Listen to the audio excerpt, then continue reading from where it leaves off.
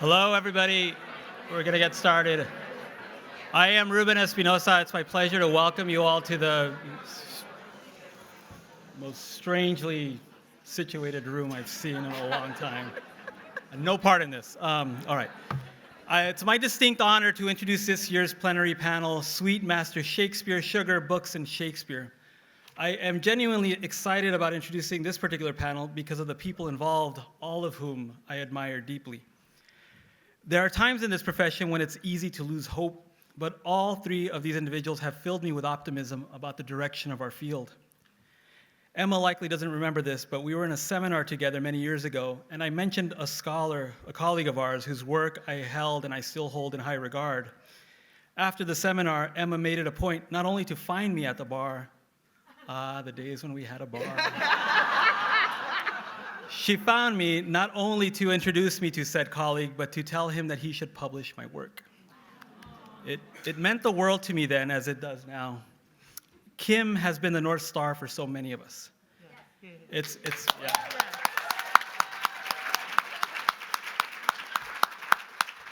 It's not uncommon for Kim to back-channel people to offer support, and she has reached out to me unprompted to offer words of encouragement and sometimes, if I'm lucky, praise. Those words matter coming from Kim, and I've saved those particular messages for times when I feel uncertain about what I'm doing. It's still hard for me not to be a fanboy around Kim. I'm lucky enough to get to work alongside Brandi, who consistently floors me with her balance of brilliance and humility and her contagious laughter. Almost every student I've had who is passionate about literature begins their sentence with, "In Dr. Adams' class." She is making an impact and important interventions in book history and is impacting a whole generation of budding scholars, and we are all better for that.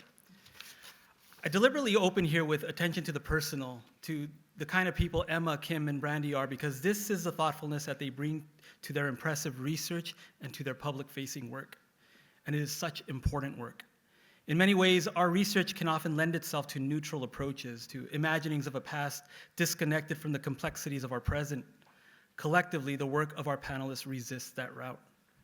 They brilliantly interrogate the forces that define the value of the literature we study, the books that hold it, and of the critics who make sense of it.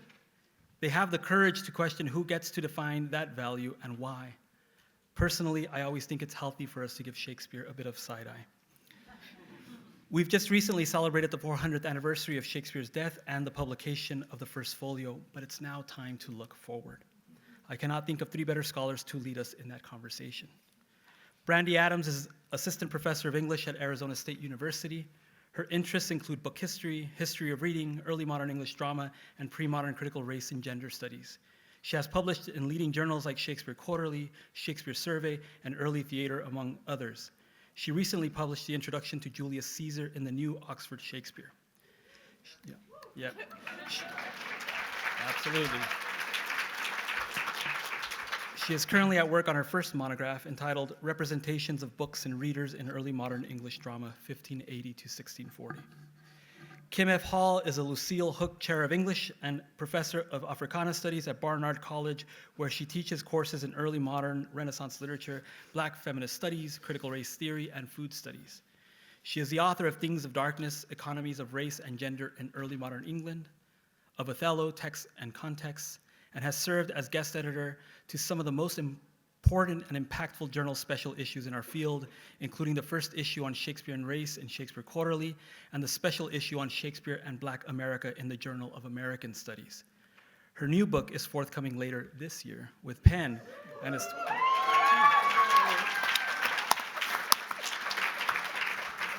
it is titled The Sweet Taste of Empire, Sugar, Mastery, and Pleasure in the Anglo-Caribbean. Emma Smith is professor of Shakespeare Studies at Hertford College, University of Oxford. Her work combines a range of approaches to Shakespeare and early modern drama, and more recently, it focuses on the reception of Shakespeare in performance, print, and criticism, and on the scholarly and cultural investments in Shakespearean criticism. She is the author of numerous books, including Portable Magic, A History of Books and Their Readers, This is Shakespeare, Shakespeare's First Folio, 4 Centuries of an Iconic Book, and The Making of Shakespeare's First Folio. She is the general editor of the Oxford World's Classics Shakespeare editions, and her new book, The First Elizabethans, will be published by Penguin in 2026. This is simply, yeah.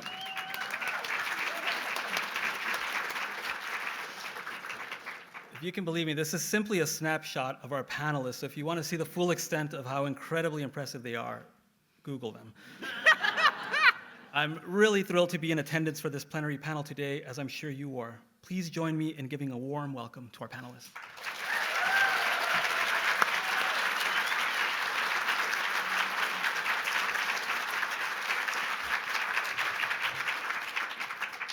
Hi, can you hear me? Okay, great. I guess this is the point where I'm supposed to thank Brandi Adams for conceiving this panel and bringing us together. But I am a little ambivalent about how grateful I am, however, eternally grateful for how much I learn from you every day. And you're making me more interested in book history. It's astonishing. Richard Ligon's A True and Exact History of the Island of Barbados, the foundational text documenting and encouraging Barbados's tradition to a sugar economy, interrupts itself to describe in detail how to butcher a turtle. He notes the turtle sheds as large tears as a stag, and there'll be more forthcoming on that. And my title changed because the world is different than it was when I gave the title. And my forthcoming book, Sweet Taste of Empire, I note this moment as a possible reference to the ekphrastic meditation on the hunted deer in Shakespeare's As You Like It. Because weeping stag imagery is both ubiquitous and multivalent, the book merely suggests that Ligon might have been particularly drawn to the play without going into much detail. This afternoon, I'd like to take my foot off the brakes a little bit to offer what I can only think of as a chiastic reading that puts a true and exact history and As You Like It in dialogue, making them, in George Putnam's words, change and shift into one another's place.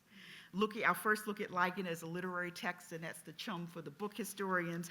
And then imagine As You Like It as a colonialist text that that contains in a minor key what Urvashi Chakravarti identifies as the conceptual strategies of bondage and freedom, articulated and accrued in a range of everyday locations. Given time constraints, I can only offer a glance at these texts' mutual concerns with bondage, mastery, and affect, but I want to suggest that the weeping stag, the melancholy jakes, and the exilic crews of As You Like It all draw from poetic conceits that mask dominance over nature and over other human beings as both a virtue and a form of victimhood. I'll conclude by proposing that we examine this language of mastery and pay careful attention to how the sweetness of Master Shakespeare might have been available for later readers to direct sympathy and care towards those already in power, that is, towards white mastery, even as it exercises brutal dominion. Prison writing formed the bulk of the first edition of A True and Exact History of Barbados, which was published by established printer and cultural tastemaker Humphrey Moseley in 1657. In keeping with Ligon's claim that he initially was designing a piece of landscape and one of story, those are his quotes, this folio has abundant illustrations, including the first European map of the island, which you'll see later, and fold-out copper-grate engravings that detail how to build a sugar factory. Having lost a battle over lands in Exeter in the chaos of the Civil Wars, 62-year-old Ligon travels to Barbados with a group of royalist exiles in 1647. He serves as a plantation manager and consultant and returns to England due to illness in 1650. In his telling, while in debtor's prison for 3 years, he illustrated scenes from his island experiences and was urged to publish a written account. Sweet Taste argues that Ligon's literary bent and attention to aesthetics, as much as his detailed instructions on building sugar plantations, made the text quite popular and profoundly shaped representation of the English Caribbean for centuries, and I might argue that it shapes contemporary representations of the Caribbean. Despite the claim that the book was intended, quote, for the common benefit of those who intend to spend their times and venture their fortunes upon such undertakings, which is to say, for settler colonists and their investors, the volume itself provides constant reassurances that Barbadian life, rendered through Ligon's prose, combines economic success and aesthetic pleasure. By 1657, Moseley was well established, dedicated to curating a royalist canon. While his canonizing efforts are mostly aimed at lyric and drama, evidence from the reception of Ligon's book and my own investigation into what I call plantation aesthetics suggests that Ligon also served a role in Moseley's attempts to preserve the courtly and royalist aesthetic while establishing a literary culture. It is unknown how Ligon came to Moseley's attention. It is possible, most likely, they knew each other through royalist circles, but they may have had a shared connection through the world of cookery. What is more clear, however, is that Ligon's book was intended to appeal to a cultivated and elite readership. As Sweet Taste argues, the prefatory poem provided by Ligon's cousin for his first edition emerges as the first guide on how to read this hybrid text. Its poetic endorsement proclaims that here's vast profit mixed with high delight. Other paratexts and readers also point out that Ligon's artistic vision elevates his text above other natural histories. Even as members of the Hartley Circle circulated Ligon's remedy for kidney stones from powdered turtle penis, incidentally, and discussed whether production techniques found in the book could be used in Europe, John Beale celebrated the beauty and civility of the text in recommending, he gives a list of books he thinks his friends should acquire, and he gushes, had he not been completely educated for the use of the pencil, music, architecture, cookery, games of all sorts, as well for recreations as for seriousness, he could never have given us such a lustrous account of all things civil, natural, artificial. And his praise is in keeping with his desire earlier that year that some happy pen would give us a history of Virginia, New England, and other neighboring plantations, as is civilly exemplified in Mr. Ligon's Barbados. Ligon's lustrous account of plantation life demonstrates categorization as an important epistemological drive of English Caribbean narratives, and the natural world as the canvas for recreating this heterogeneous space into something resembling English householding. Materially versatile, the sea turtle has a particular resonance in these early days of American colonization because it crosses categories both as an animal and as food.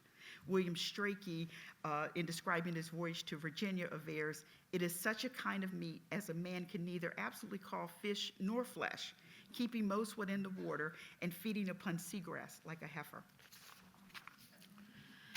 Sorry, my little Baltimore accent came out when I said that.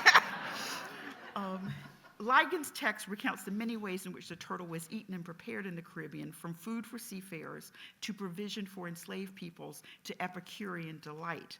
Over the course of the narrative, he mentions eating fresh turtle, turtle eggs, pickled turtle, and as I mentioned, the powdered turtle penis for kidney stones. In commodity form, turtles are a part of the quotidian life and trade of the islands, but in describing eating turtle meat, Ligon elevates it using more traditional elite markers. For example, his description of traveling to Barbados mentions a sea hawk, which frequently alights on the backs of sleeping turtles. And he says, for whose body afforded all the gentlemen and officers of the ship a very plentiful meal, and was the best meat we tasted all the time we were at sea. In what will become a familiar move, Ligon documents his association with the better classes aboard ship and then brings up his past as lesser gentry with connections to elite or courtly entertainments in England. Quote, "For having been bred a falconer in my youth, I cannot but admire the admirable swiftness of wing these birds make." In contrast to Orlando and As You Like It, Ligon is able to advertise that he has access to exercises as become a gentleman. Patricia Keamy's analysis of the racializing dimensions of elite recreational activities marked as appropriate cultivating strategies for early moderns demonstrates how North American colonial narratives pay particular attention to pastimes such as hunting, hawking, and fishing, which straddle the line between leisure and necessity and thus become potent and troubled markers of the difference between the sports of colonizing Englishmen and the subsistence activities of indigenous peoples. As she notes, Hawking, here evoked by Ligon as part of an extensive repertoire, is a performance of wealth and leisure taking place in what she calls a strictly controlled space in which genteel landowners and their guests may practice self-improvement. Here and elsewhere, the amphibious nature of the turtle marks Ligon's own unsettled and in-between state, a man whose lineage and cultivated skills allows him to eat with gentlemen aboard ship, but still a landless and vulnerable debtor. Oddly, Ligon's evocation of As You Like It is part of a lengthy digression when he is categorizing the fish available on Barbados, where green turtles don't actually live.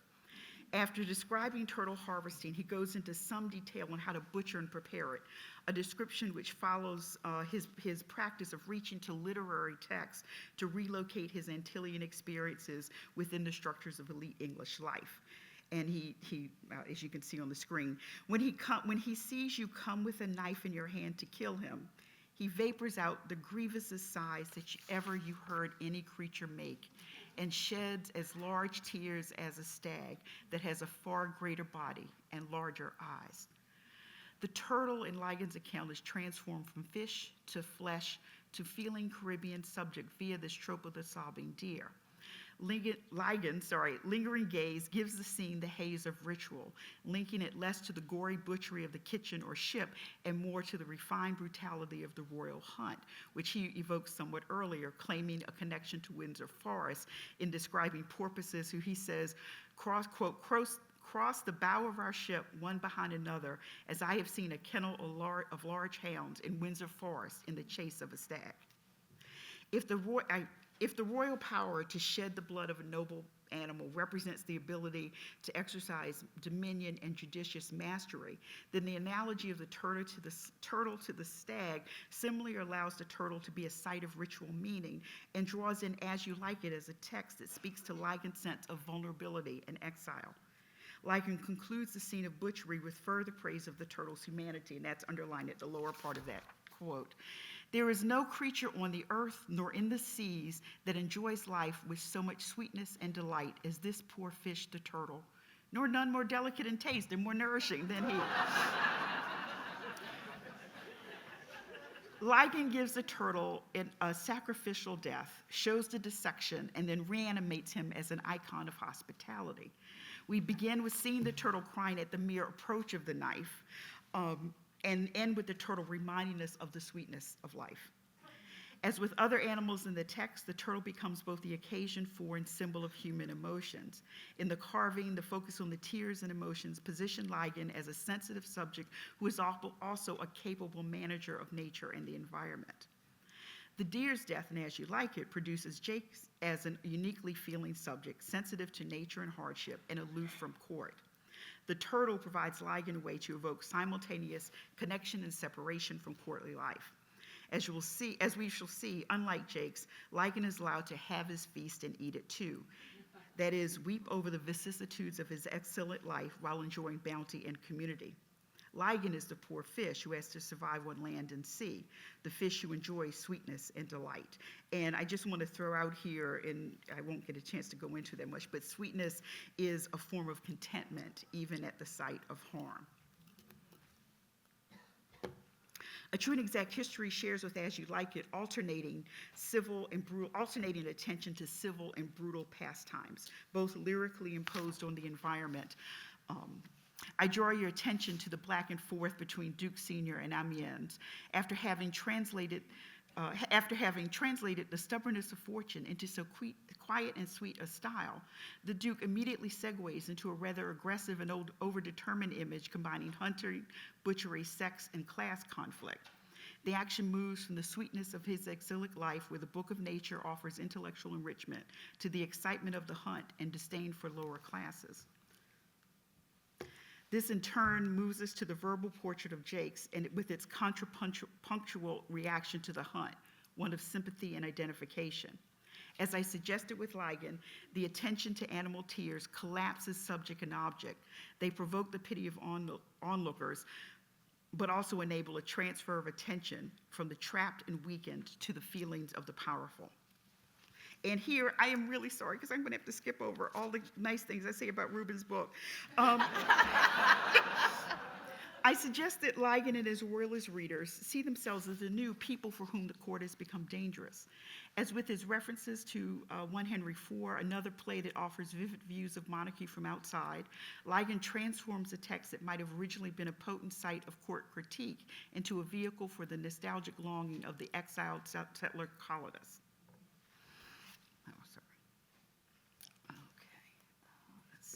Ligon seems particularly drawn to texts that evoke movement in and out of court, as well as to hospitality and gift exchanges.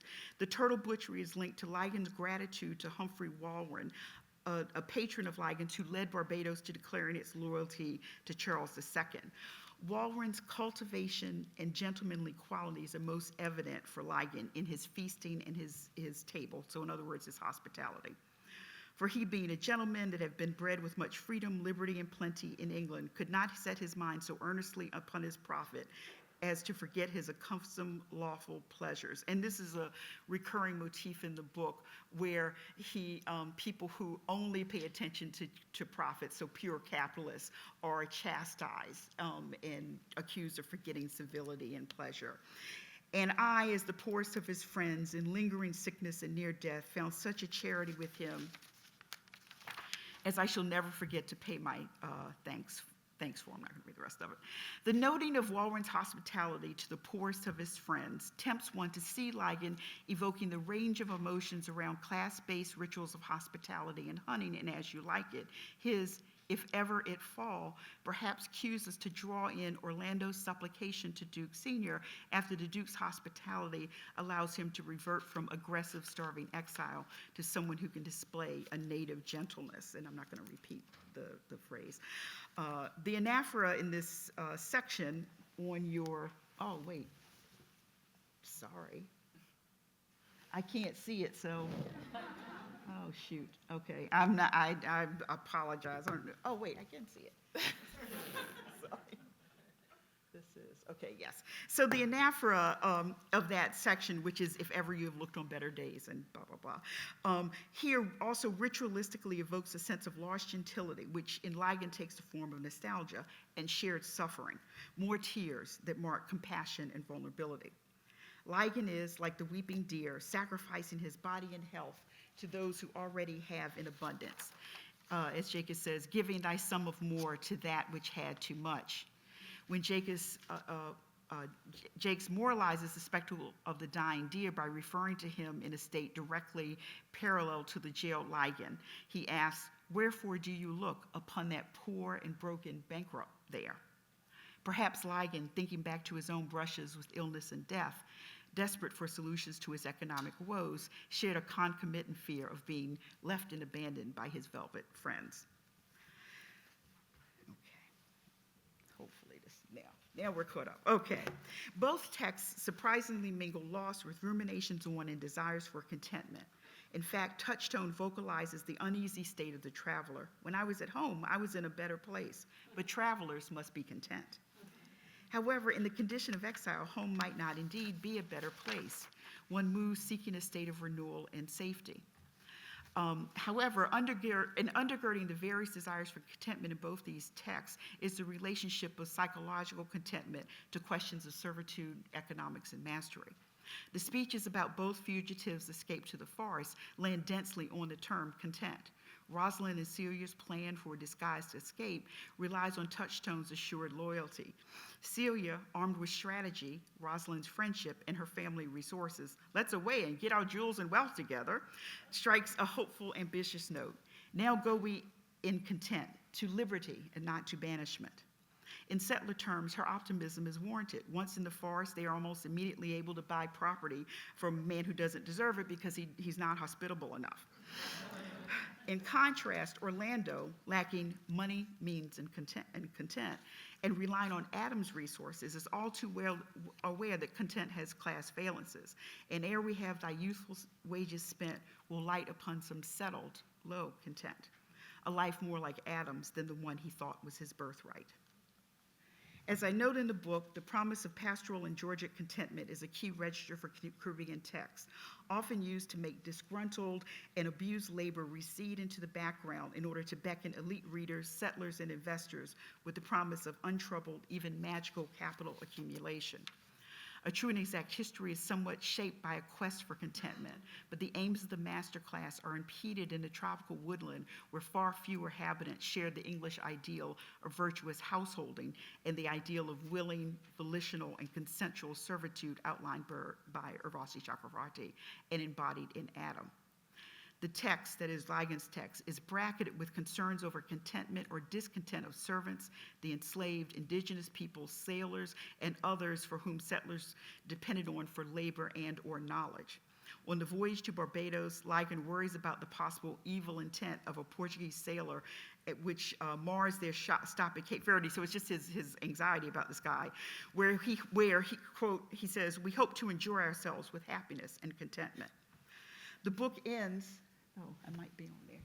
Yes, I'm sorry. The book ends with the final table where the first two entries under the number and nature of inhabitants are a combination amongst the servants to kill their masters and reasons why blacks could plot no mischief upon their masters. The final map with the enslaver hunting, escaping enslaved peoples, belies his assurance that enslaved blacks are, quote, a happy people whom so little contents.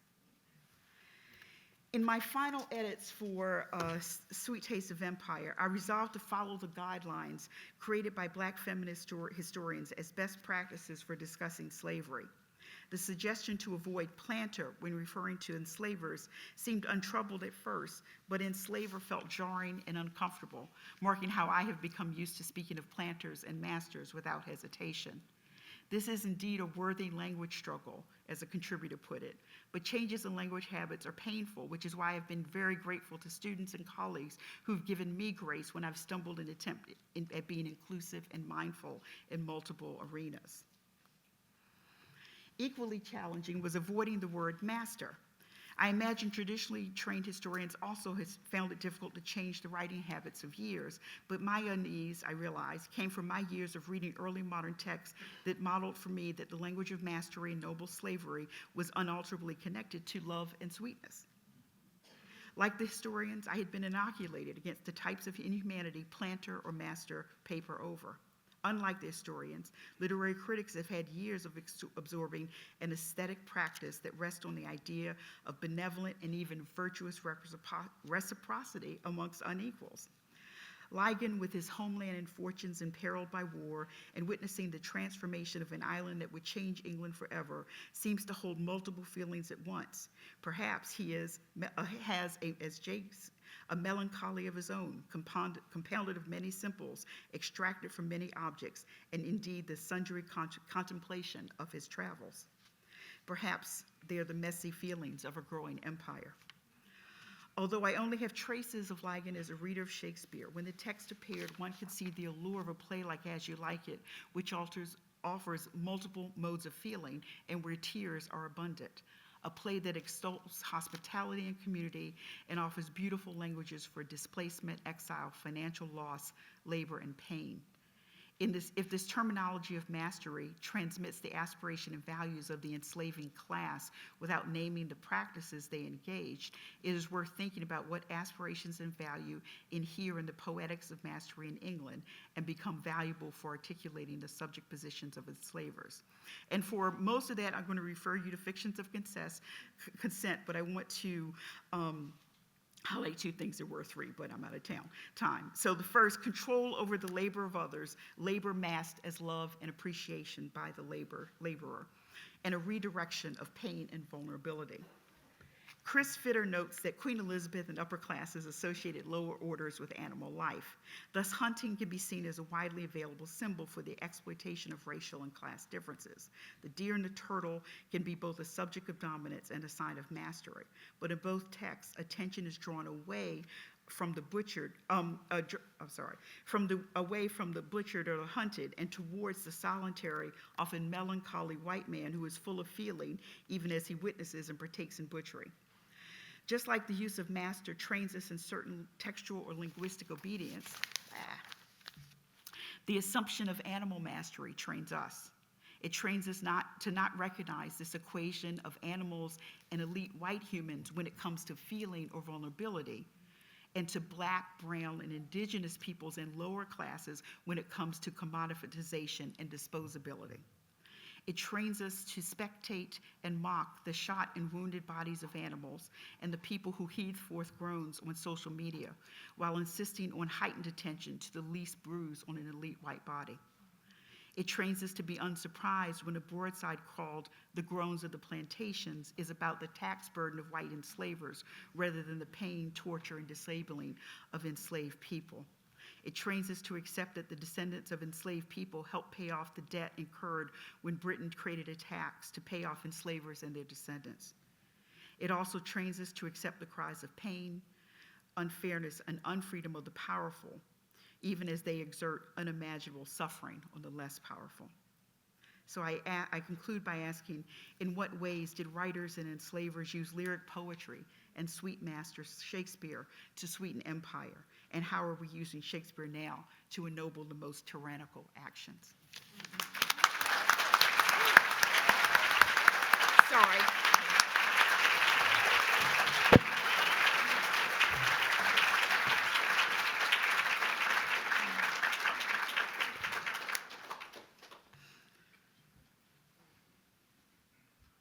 So much for uplift, sorry.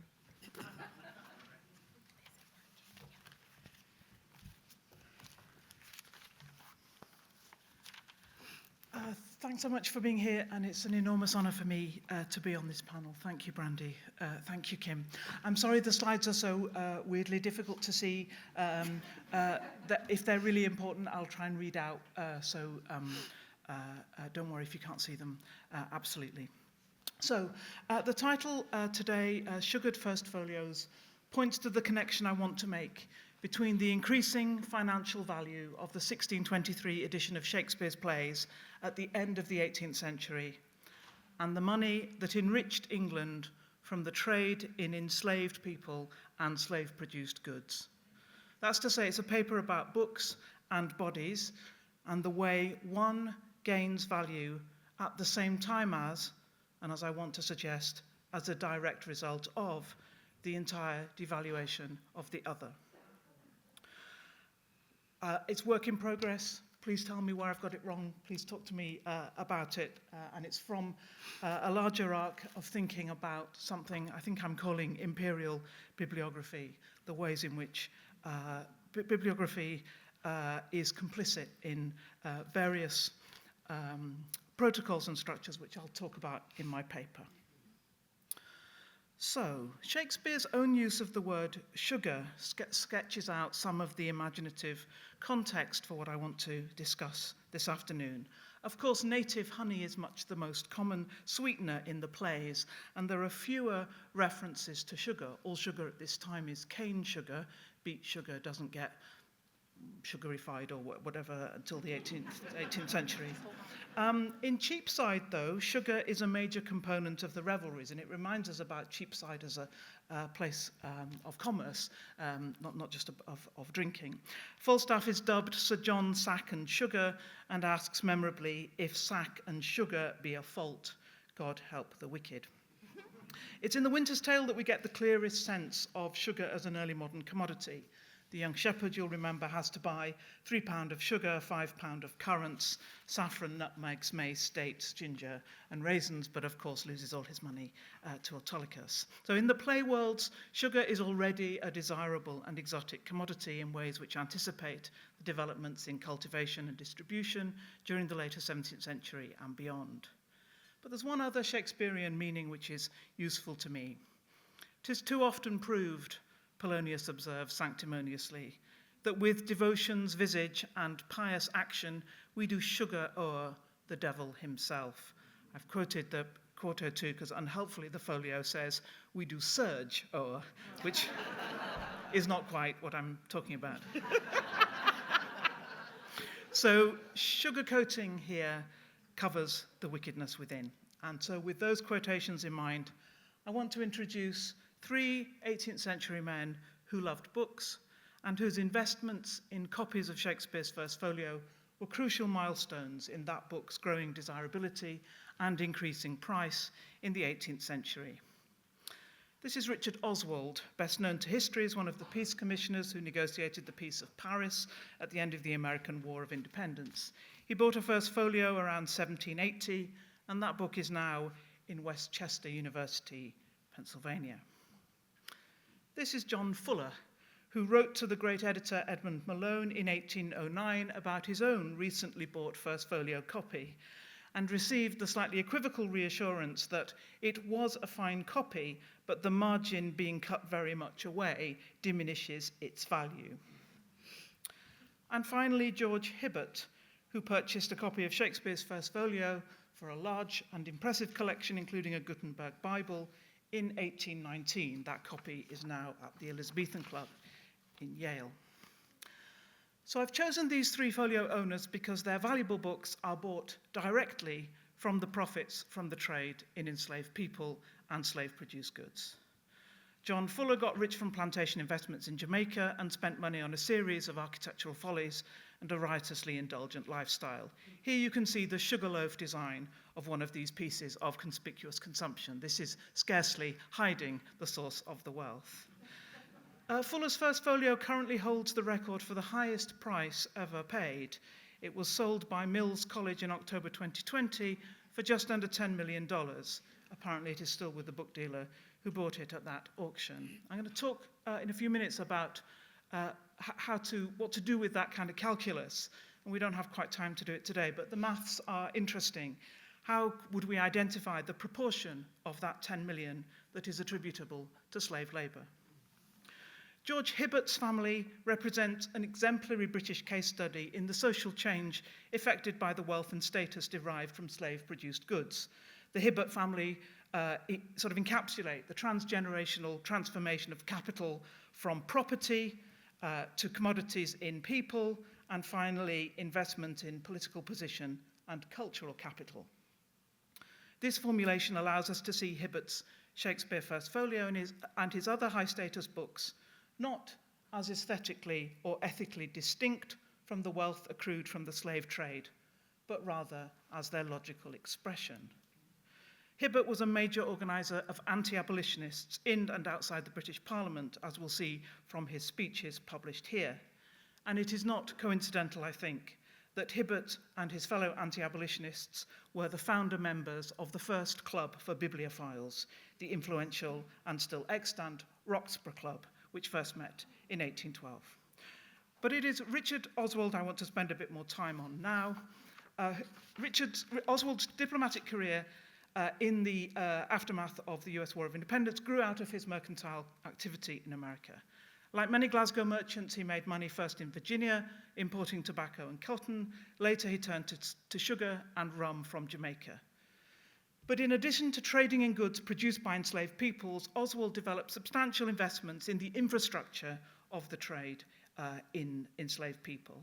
In 1747, he was the key partner in a Scottish consortium of merchants to buy up Bant's, sometimes known as Bunce Island, in the estuary of the Sierra Leone River.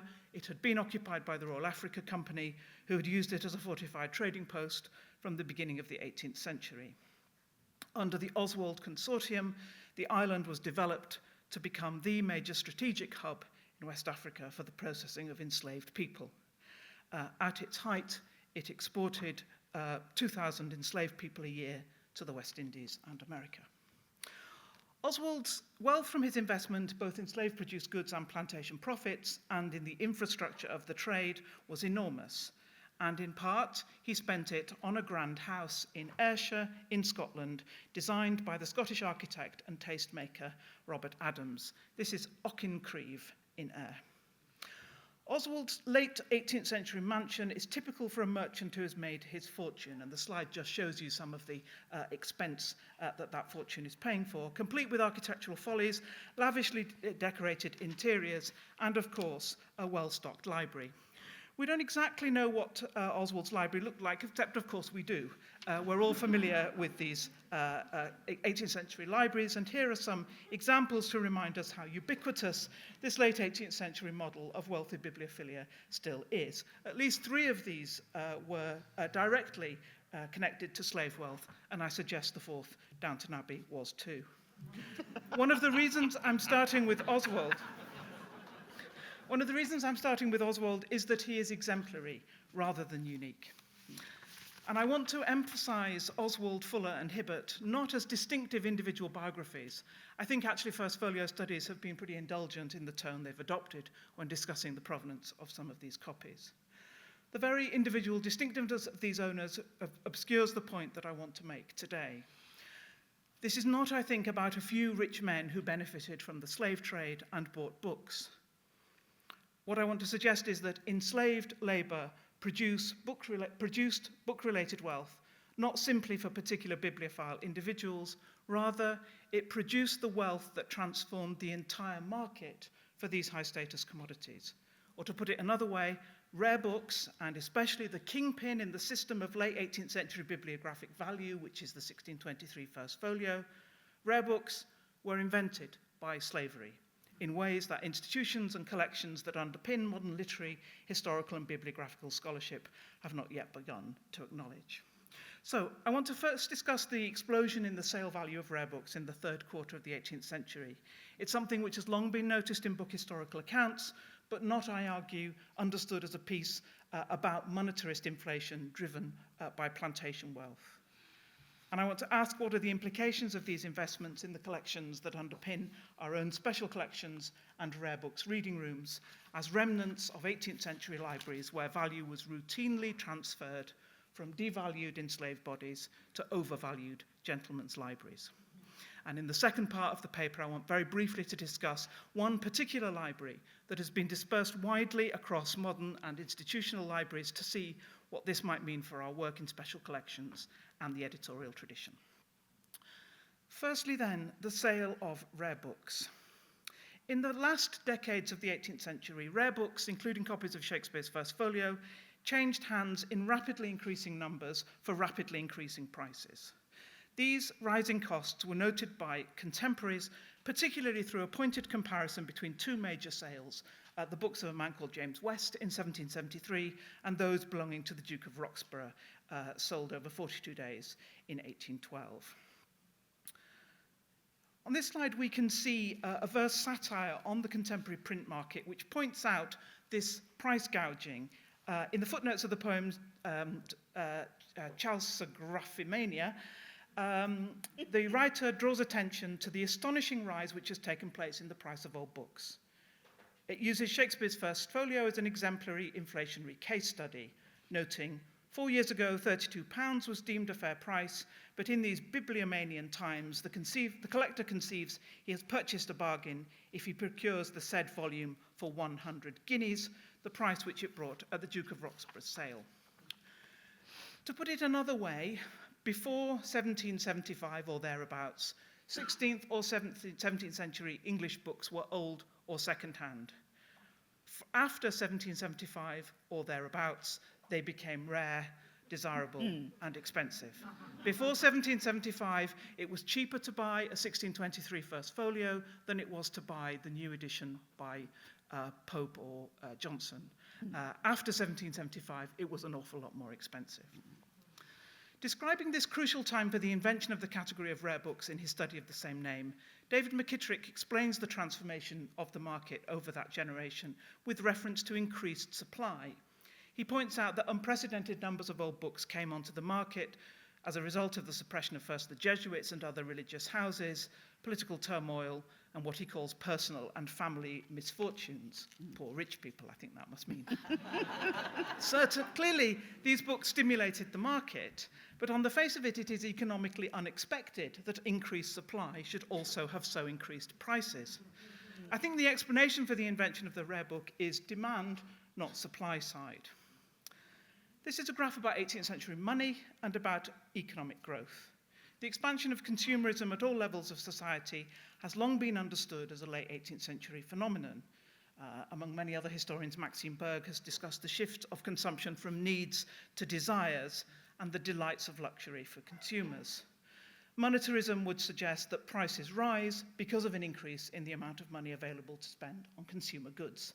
That money, as you see here, has one major source, slave and plantation-produced goods, especially sugar. Cumulatively, as Maxine Berg and Pat Hudson note, plantation commodities transformed consumer culture, and the uptick in the graph here coincides with those price rises identified by our satirist. Books were part of this transformation, this consumer transformation, but they've not tended to be seen as part of the ongoing debate about the consequences of slave-produced wealth in British economic history. Just for interest, and I do know that a Google Ngram is not the most robust measure, but it's still interesting. Here are mentions of first folio across the same period as our money graph, and I've tried to scale the horizontal axis, which means the same thing, the 18th century, to put them together. It's certainly a correlation, if nothing else. In their recent book, Slavery, Capitalism and the Industrial Revolution, Berg and Hudson state their method. We follow the money generated by the enslavement of Africans and the development of plantations, but we also highlight their wider impact on institutions, cultures, and practices. You'll know that there is a major rift in studies of the economics of slavery, one that is highly consequential for ongoing claims about restitution. The first, identified with the Trinidadian economist Eric Williams, argues that money from plantation goods was the investment capital for the Industrial Revolution. And this has been seen as the most politically explosive economic history because it is so expensive.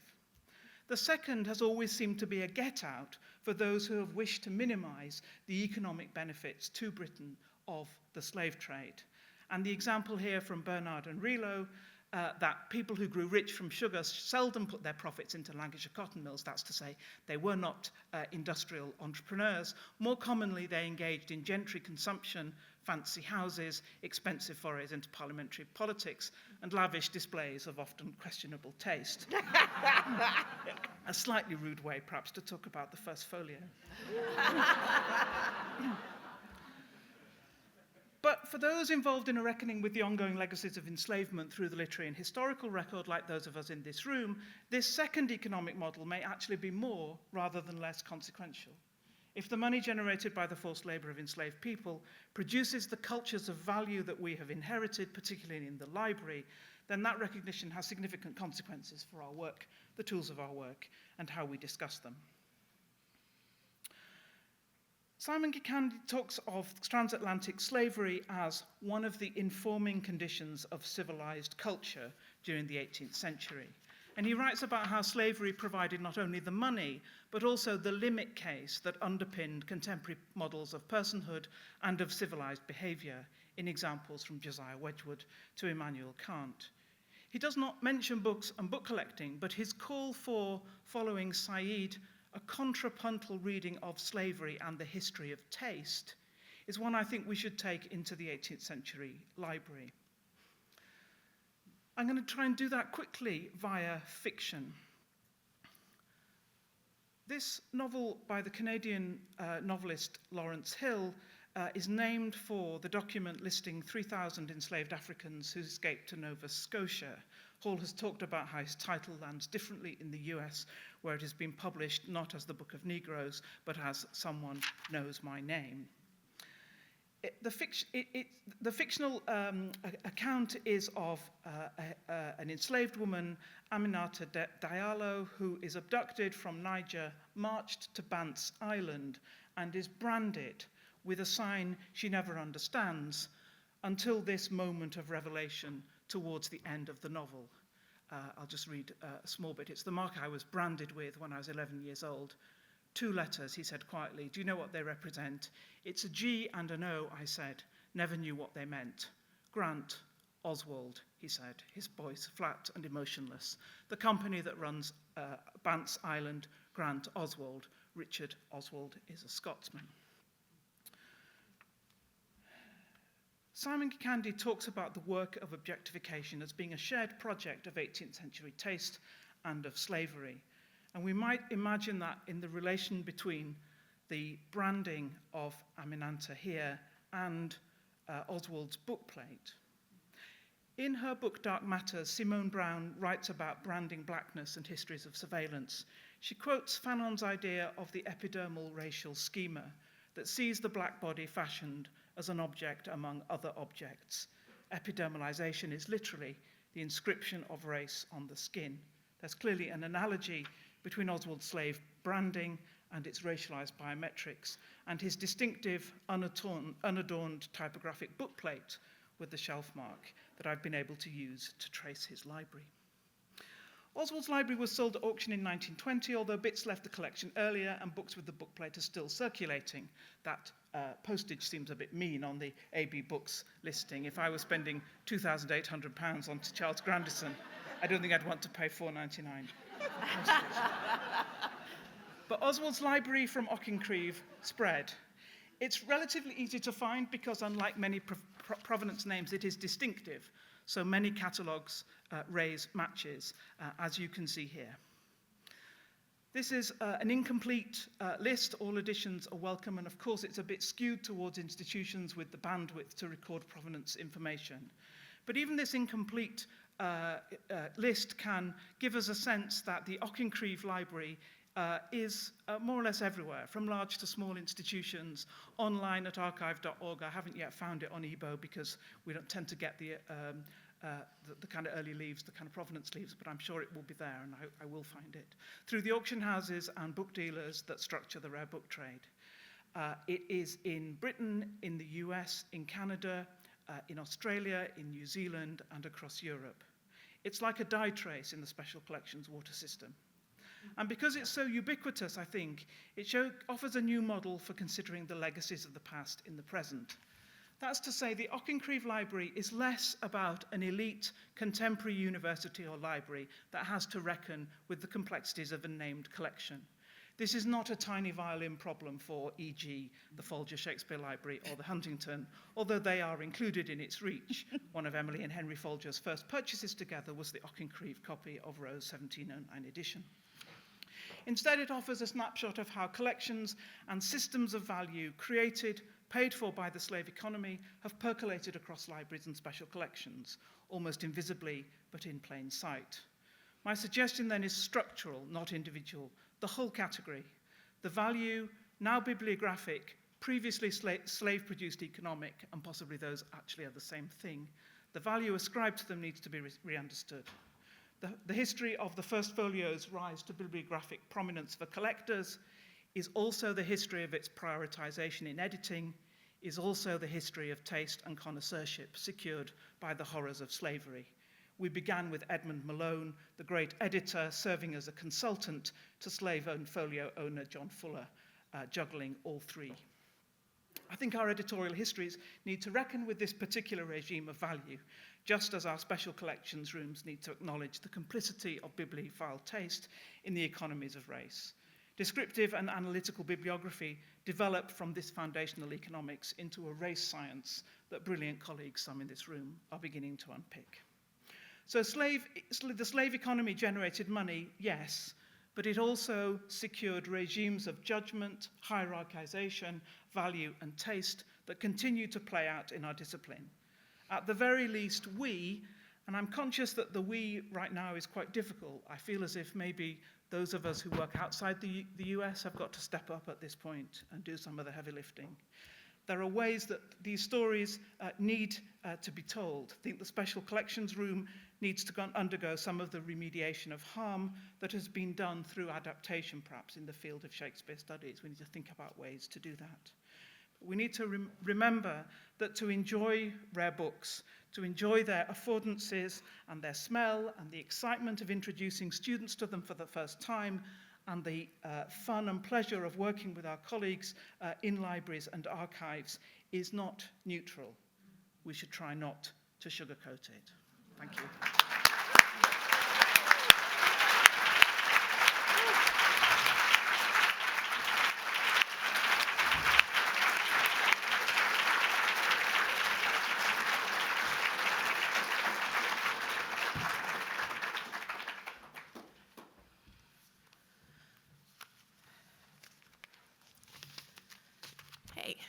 This is the sweet Swan of Avon, a response or a meditation in 3 parts.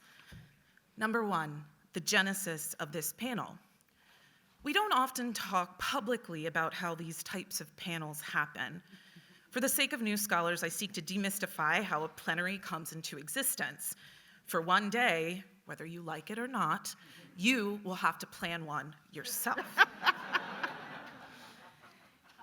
In November of 2023, the University of British Columbia honored the 400th anniversary of the 1623 edition of Mr. William Shakespeare's Comedies, Histories, and Tragedies.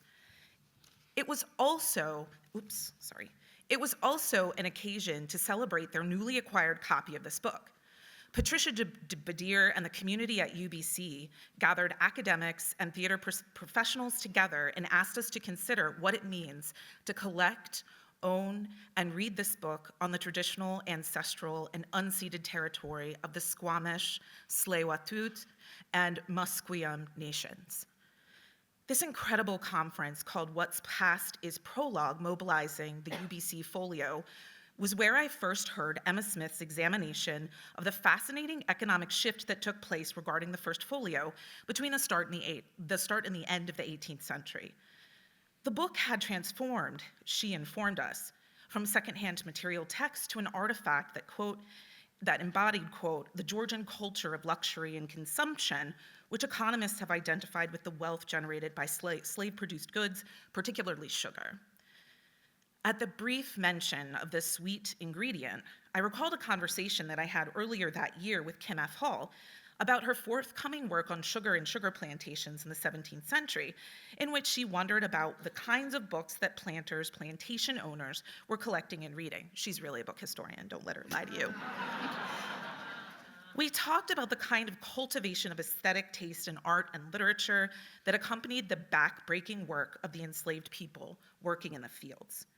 So to me, these two scholars were already in conversation, which I envisioned as a kind of tennis match. Not the competitive championship ones where players are out for blood, but the friendly kind, where two players gifted with equal but different approaches lob a metaphorical ball, which represents the relationship among Shakespeare and other printed books, reading, and sugar production. The rackets would perhaps represent the theoretical underpinnings of their respective observations, readings, and arguments. Emma's racket is framed by empirical findings, which she details for us the economic history and stark realities that encompass the legacies of the collection. How luxuries of then become material we examine for scholarly work now. Kim's racket is framed by epistemic findings in which she questions the possible reading practices of inhabitants of Barbados, fully entrenched in the system of slavery, and how we can know what they may have known. This imagining is likely flawed, as I don't know that much about tennis. However, I knew, and still know after listening to these talks, that both methodological frameworks are vital to understanding how we think about race, reading, and the collecting of books. 6 months later, I mused online about the possibility of having Emma and Kim convene together to share their ideas with one another publicly so we could all benefit from their exchange. With the prompting of Drew Daniel, thank you, Drew, and the support of the SAA Planning Committee, here we are. So, to early career folks out there, go ahead and ask your academic heroes to join together in public conversation. Sometimes they say yes. Oops, sorry. 2, in which I think about worth, sugar, adventure, and taste. I asked a rather indelicate question at the fantastic seminar at UBC in November of 2023. Once the mention of plantation economics happened, I wasn't interested in the relationship between the unpaid labor of enslaved Black people that went into harvesting of sugarcane, though that was of course important. Instead, I voiced what I thought were the insidious realities of sugar planters owning expensive books. I thought a heartless economic historian would ask something like this. So like apologies to any of you in the audience who do this for a living. And if I've grossly mischaracterized you or your colleagues' work, I'm sorry. But I asked this question: how many people would equal a first folio? If a plantation owner decided to buy books instead of laborers, by which I mean Black people, what would be the comparative cost? If, as I thought, people had a set value, and they had solely become commodities in the world of plantations, then of what value is enslaved life to the men and women who purchased other humans? My assumption is that planters did not consider the intrinsic worth of the enslaved in their purchase of luxury goods or in their aspirational collections of Shakespeare or other expensive folios. The enslaved were worth less or more than an object of value. The enslaved people trapped on sugar plantations would never be a commodity in my mind, but the realities are what they are. On this ledger from Glasgow City Archives entitled List of Negroes from the Hampden Plantation of 1st August 1771, enslaved people are recorded with details about their names, occupations or skills, and their disabilities. And as much as I would like to decouple the people listed here from any kind of commodification, I can't. I should also state that this ledger is for illustrative purposes only. I have not looked into the Hampton Plantation for books. But according to Richard Dunn, in the pre-industrial world of the 17th century, the Caribbean sugar planter was a large-scale entrepreneur. He was a combination farmer-manufacturer. With a workforce of 100 laborers, he could plant 80 acres in cane and expect to produce 80 tons of sugar per year. He had to feed, clothe, house, and supervise his labor force year-round. He later writes, "The planter's profit margin varied greatly, depending on the fluctuating price of sugar and the fluctuating cost of slaves and supplies. Contemporary statements on the subject are of little help." He continues, writing in 1657, when the conditions were exceptionally favorable, Richard Ligon concocted a set of figures to show that the planter who invested 3,000 pounds would then gross about 8,000 pounds and clear about 7,000 pounds annually. But Ligon was a propagandist, Richard Dunn claims. It's hard to believe that Barbadians ever did this well, even in the first halcyon days. So my question is, and you'll have to forgive me, it's a little pixelated, what happens when an enslaved person like Mimba is deemed worthless? As Kim and Emma's work has demonstrated today, planters were very much concerned about their work, self-worth, and the worth of the material and people they possessed. What they read, what they owned, and how they appeared must have been important to them. And because this is a response, I give myself permission to speculate. And I would like to further suggest that the buying of luxury material goods, particularly books, and then reading and learning from them, gave the planters a way to distinguish themselves further from the people who labored for them. The cultivating of sugar pushed these plantation owners and the enslaved together, but literacy, the forceful cultivation of taste about history, science, and literature are what separated them. For the planters, I would argue, and for another early modern writer, sugar and blackness had an initial connection, that would eventually become disconnected as the process made the ingredient whiter and as planters worked to keep themselves connected to white Englishness. In my search for something to say about this connection, I encountered this really weird book printed for William White in 1591 by J.H. entitled The Travails of an Englishman, containing his sundry calamities endured by the space of 20 and odd years in his absence from his native country. And the title, of course, goes on. Early in what I can only describe as a fictive, whimsical travelogue in which a white Englishman impressed to work on a ship for over 20 years encounters Negroes and the Portuguese in adventures taking place in what seems to be a combination of the West Indies and Africa. The narrator praises the taste of plantains. The plantains, he writes, they are crooked and a cubit long and big as a man's wrist. They grow on clusters, and when they be ripe, they be very good and dainty to eat. Sugar is not more delicate in taste than they be. In the very next moment, he writes about how the same black people kill elephants. The sweetness of the plantains is immediately contrasted with the violent death of elephants and the extended violence of colonialization as the English fight the Portuguese in other countries for various forms of power. This may certainly be an over-speculation, but it seems to me that the narrator is interested in that which can be extracted from the land, whether it is fruits or stories of his adventures, to cultivate a kind of taste, both for these fruits and for the travel and his travails. And the planter who owned and read these books were also extractive, as they continued cultivating a taste for luxury goods and materials that could separate them from the realities of enslavement.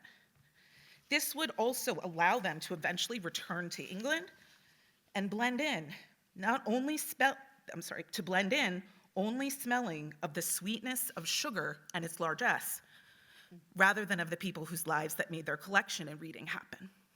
And finally, with thanks to thought-provoking conversations with Bree Weber and then with Alice Wickenden, I began to wonder how much of this sometimes indiscriminate acquisition and collecting of objects and books that persists into the collecting crazes of the 19th and 20th centuries in the US is all related to the desire to separate and cultivate something away from the economic, social, and racial realities of plantations, things that were not too distant from the experiences of many major American collectors.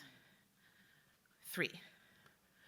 Sweet Swan of Avon, or how I write about Shakespeare once more when I promise to devote more time to Fletcher. I have written elsewhere that I think about the invention of the first folio as an attempt to further cultivate Shakespeare as a white English author, one that deserves Ben Jonson's designation of the Sweet Swan of Avon, with thanks to Patricia Akimi's brilliant work on cultivation and race. Here, Shakespeare begins to emerge as both a writer and an institution that for Black readers and other readers of color in the 19th century, could separate them from Blackness or otherness in a variety of ways. And for all readers, it seems, at least to me, there's a continued push to a white Anglo-American ideal. I close with an early 20th century example of how sweet Shakespeare is used as a cultivating institution of whiteness that got a couple of young Black boys out of jail. Forgive me if you've heard me tell this story before. Joe Mason and Thurston Irwin were stopped for allegedly playing dice in 1910. In order to prove that they were heading to the Bacon Literary Society, why it was called that is a discussion for another day. Irwin recited poetry by Moore, and Mason brought the house down with excerpts of Julius Caesar and Hamlet. I'm choosing to think of this as a reparative moment where the boys who were likely the children and grandchildren of enslaved people could use the Black community of Chicago's taste for Shakespeare and cultivation of reading of his plays. This becomes a small, only small, emancipatory moment to counter the rapacious collecting that was funded by people like them, and then funded by people like the enslavers, which would continue apace throughout the early to mid 20th century. Temporarily, at least, the Sweet Swan of Avon saved the boys from charges and a $5 fine. Thank you.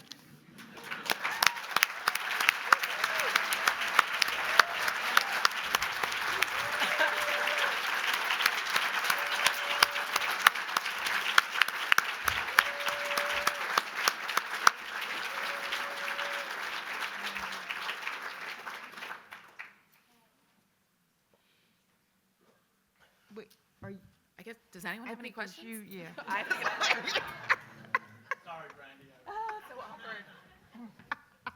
Hi, I'm back. Does anyone have any questions? Is there a microphone? Oh my. This is the weirdest. So crazy. So if you have questions, If you're up here, you could just use this. you can shout. No, I'm just gonna remove my mask. Okay. I know, but there are people all the way over Yeah, like, Okay. just get a mic. You know, I don't like you.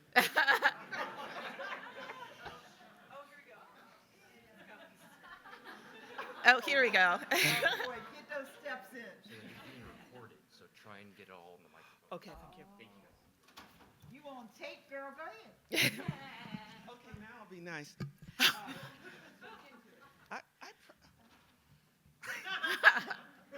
This is how Margot Hendricks is treated by her friends. I have like 2 questions. I loved yours, and I want to think about it for a second, especially the example of the 2 boys reciting Shakespeare, because it brought certain things home, but I'll save that for later. Kim, your title, in terms of content and content, you made me think about the inflection and meaning. You know, here Margot comes with her philological crap. Yeah. About the differences. One where content actually refers to substance and a kind of objectivity to something, and content seems to be more ephemeral, more not even metaphorical, but something outside of the body. Yes. And I love that play that you made me think. So I'm wondering if you could speak a little bit about that. And then my question, brilliant paper. I've always loved your work, but this one is taking me in a very different direction, and I might become an academic again. But I'll be a book historian, because that's where I started. One of the things that I was curious about were the other texts that framed, the first folio in terms of thinking about, Marlowe and Donne and Milton and so on, who are not revered in the same way, but were thought of as a kind of literary culture of Englishness. And I'm wondering if in your research some of that came into play in terms of what you saw. Before I evade your question, I wanted to throw out that one through line between our papers that probably needs to be on the table is like when we're thinking about book collecting and books as objects and in the context of enslavement, we also need to think about the long history of denial of basic literacy to enslaved people and to Black people, and the current attempts to take away education from people with children with disabilities, from Black and brown people, from indigenous people. And so I'm thinking about those boys, right? So that one of the, it's because of that literacy, right, that gets them out of the carceral, system for a moment. So I just wanted to kind of put that out because I think about these enslaved people who were probably cleaning these rooms and dusting off those books. And, like Frederick Douglass maybe had some, somebody maybe sneaking a book to them. And so the kind of, ways in which the pleasure of the book collector is the denial of the literacy. It might also be part of that slavery, which I think is part of that enjoyment. I think what you're getting at. So as far as content and content, and I'm going to complain that our remote access to our library is down for more than a week because I wanted to go and kind of do a little deep dive on that. But I think that in both of these texts, that both of those meanings, right, are in play, and that there's something about contentment as almost a physical sense of satisfaction that eating, right, can reference. And there's so many kind of references to eating and as you like it and the different ways in which it reflects states of mind. So that I want to think more about, like, especially the book, Ligon's book, right, as an object whose contents and whose actual, like, information leads to various forms of contentment and the promise of contentment in the reader. And I should say that the second edition, which is published after Mosley dies, is stripped of all the paratext. So if you're teaching Ligon right now from the Karen Kupperman edition, she uses the second edition. But the poetry, to me, the poetry and the interesting stuff, it's instructive to see from those paratexts how that book was introduced to the market. See how I'm using, So I love that question. I feel like when I think about As You Like It Now in the context of Ligon, I'm like that guy in the meme with the conspiracy meme with like, oh, that's everywhere. So. Yes. Sorry. Can I just answer really quickly? That's a really great question. The Shakespeare First Folio is a sort of standout volume, and the people who want that don't really want much else from the sort of literary canon. I think there's a different history, which I don't know about, but people in this room probably do, about Milton and the people who collect Milton. And I think Milton carries a different politics all through this period, which Shakespeare doesn't. I mean, there are lots of anti-abolitionists who find it quite easy to quote Shakespeare, but Milton tends to be on the other side. And the other thing I would just say that I'm sort of trying to think about is, I mentioned the Roxburgh Club, this club for bibliophiles, which I'm thinking is very closely allied with a West Indian planter interest, including that guy George Hibbert. And I'm looking at the canon, what if you're a Roxburgh Club member, how you show your cultivation and the sort of specificity of your collection is you produce a volume, i.e. you pay to have a volume produced for all your fellow members. And looking at what the canon of Roxburgh Club publications is actually quite an interesting kind of counter to the centrality of Shakespeare in that. But thanks, it's a really good question. Yes? Hi, forgive me if this was covered during the first part of the lecture, which I'm sorry I came in a little late, but I came in just as Professor Smith was showing that devastating graph about the spike in the price of the first folios after around 1775, and I wondered whether David Garrick and his Stratford thing was an opportunist, that he was watching, in effect, that same thing and he was seizing the moment, or not connected, or any thoughts about that? Thanks. Yeah. So it's there is definitely, there's all kinds of work which is establishing the significance of Shakespeare in that sort of second half of the 18th century. I mean, the Garrick Jubilee is interesting, just as Garrick's first folio is interesting, in that neither of them shows any interest whatsoever in the plays of Shakespeare. Garrick's book is entirely clean and clear. It's talismanic. It's not a working book.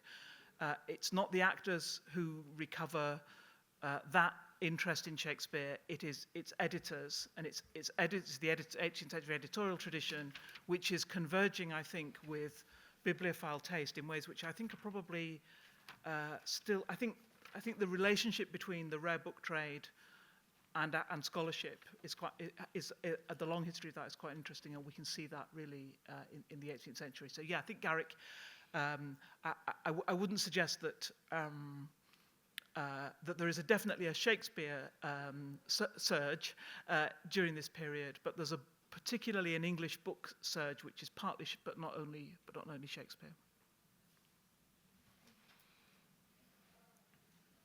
I also have a question, Oh, but I'll wait. you can go ahead and ask. Okay, so my question's for Emma, and it's, pretend I'm your student, right? I'm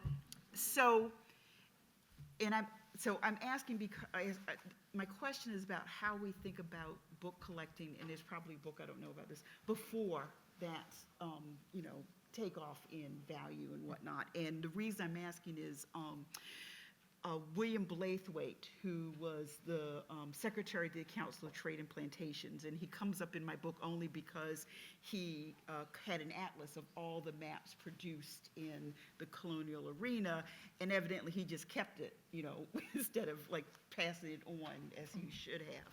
And I didn't realize until very recently that his house that he vastly expanded because of sugar wealth at Durham Park has like enormous landscape painting from the 17th century of Barbados, and evidently a quite extensive book collection. And the I was in a conversation about this painting, and art historian showed a clip, the page from his book inventory, and she was looking at Afro-Ben, but right above that was Pericles. And so then I'm like, okay, well, does he have a folio, and what does it mean? In the 17th century, so he's would be 1670s. What would it mean for him to collect books and to collect, and that's just like my complete ignorant question. So I think if you're a rich person wanting to buy Shakespeare in the 1670s, you would buy a third folio, and then you would probably trade it in for a fourth. So you wouldn't be interested in the first or the second unless you didn't have enough money to buy a new one. So we can see Pepys. Okay. We can see Pepys trade up. Okay. Right. This is so there's something really interesting about a hierarchy of value, which, like all effective hierarchies, naturalizes itself and makes itself seem as if it couldn't be otherwise.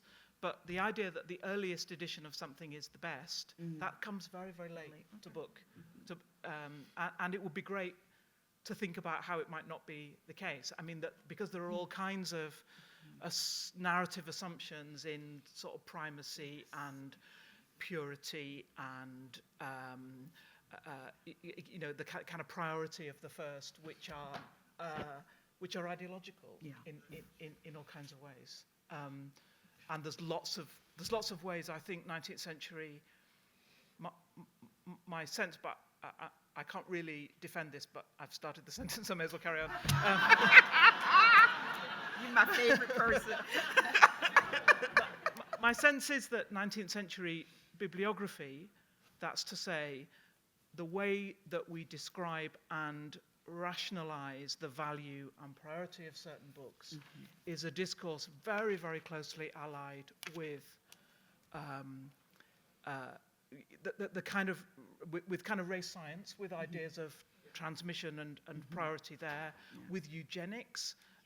And with ideas of the kind of family tree, or how things decline. You know, that eugenics had a great narrative of decline from the first through. So that bibliography is kind of coming for me to be anthropomorphized in all kinds of ways which are not as comfortable as we tend to think that model between books and people might be.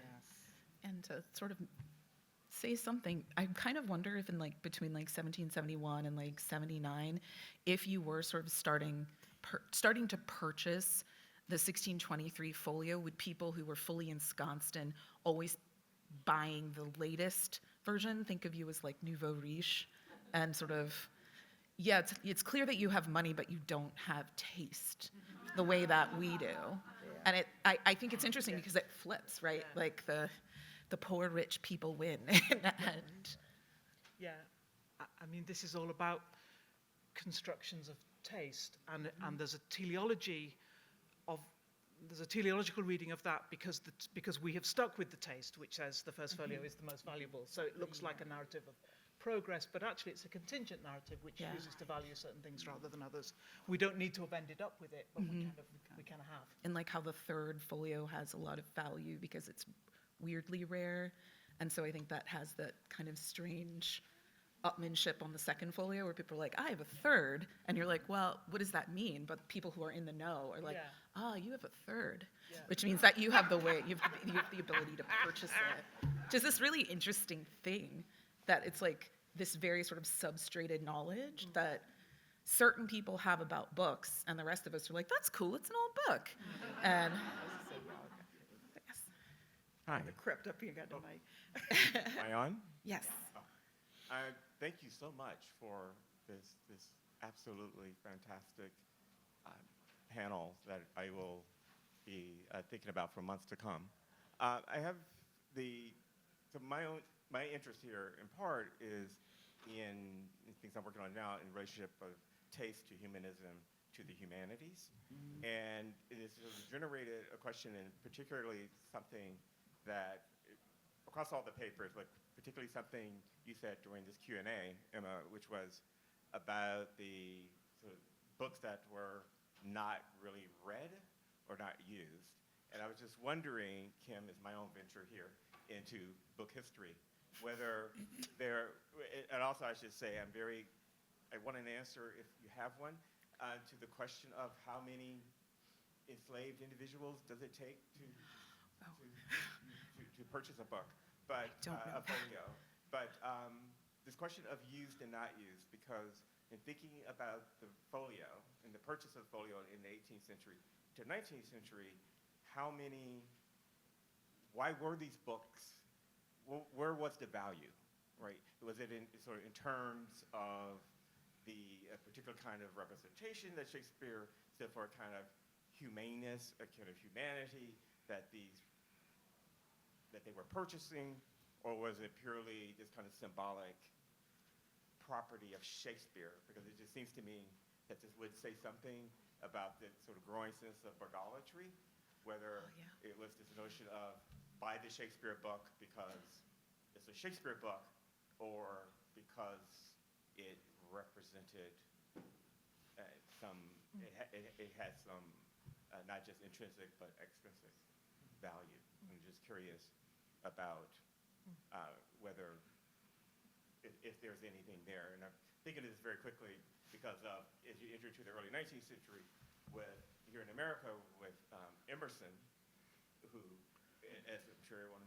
in this room knows, talks a lot about Shakespeare, quote Shakespeare, but not necessarily about particular works or lines or texts in Shakespeare. Yeah. And that, in part, also became instrumental to Henry Folger, who's very interested in that Emersonian Shakespeare. So somewhere in there, I would love to hear what you